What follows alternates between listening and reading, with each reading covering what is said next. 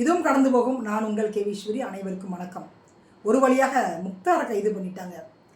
உண்மையிலே சொல்கிறேங்க, பொதுத்தளங்களில் உட்காந்து நடிகையாக இருந்தாலும் சரி, குடும்ப பெண்களாக இருந்தாலும் சரி, பெண்களை பேசக்கூடிய இந்த மாதிரி நபர்களை நிச்சயம் வந்து கைது பண்ணணும். திரிஷா அம்மாவோ, விஜயலட்சுமியோ, அலிஷாவோ யாராக கூட இருந்துட்டு போட்டோம். உங்கள் மதம் என்ன சொல்லுது அப்படின்றத நீங்கள் மசூதியில் வச்சு பாடம் எடுங்க. நாங்கள் வேண்டான்னு சொல்லலை. கையால் தொட்ட கையால் பண்ணுற விபச்சாரம், காலால் தொட்ட காலால் பண்ணுற விபச்சாரம், இதெல்லாம் வந்து நீங்கள் உங்கள் பெண்களை கூப்பிட்டு, உங்கள் மத பெண்களை கூப்பிட்டு தனியாக கிளாஸ் எடுங்க. பொதுத்தளத்தில் உட்காந்துக்கிட்டு கூச்சநாச்சம் இல்லாமல் மூச்சுக்கு 300 முறை விபச்சாரின்னு பேசியிருக்கீங்க.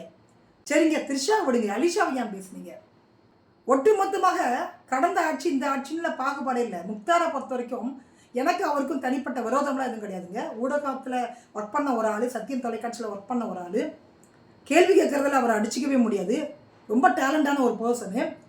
அவர் வந்து தரம் தாழ்ந்து இந்த மாதிரி கிராமங்களில் பெண்களுக்கு சீசு பேசுகிற மாதிரி உட்காந்து இவ யார் கூட போனா, அவ யார் கூட போனா அப்படின்னு செக்ஸியாக உட்காந்து பேசிட்டு இருக்கிறாங்க. எனக்கு பார்க்கறதுக்கே எனக்கு அருவருப்பாக அசிங்கமாக இருந்தது. சூர்யாவை கைது பண்ணீங்க, மாரிதாஸை கைது பண்ணீங்க, பொன்ராஜ் சாரை கைது பண்ணீங்க. அப்போ ஏன் இவரை கைது பண்ண நான் கேள்வி முன்னிச்சேன். இன்றைக்கி காலையில் கைது பண்ணிட்டாங்க. ரொம்ப ரொம்ப நன்றி விஜய் அரசாங்கத்துக்கு, ரொம்ப ரொம்ப நன்றி. ஏன்னா இந்த மாதிரி பெண்களை பேசக்கூடிய யாராக இருந்தாலும் சரி நீங்கள் நடவடிக்கை எடுக்கணும். அதே மாதிரி என்ன பேசுன உங்கள் தங்கச்சி, சிஎம்மோட தங்கச்சி ராதிகா, அவங்களையும் வந்து நீங்கள் கைது பண்ணுவீங்க நான் எதிர்பார்க்குறேன். சைபர் கிரைமில் கம்ப்ளைண்ட் பண்ணியிருக்கேன். நான் போய் கேட்குறேன். Anna Nagar K4 police station போகணும். போய் கேட்டுட்டு அதுக்கு ஒரு வீடியோ பதிவு நான் செய்கிறேன்.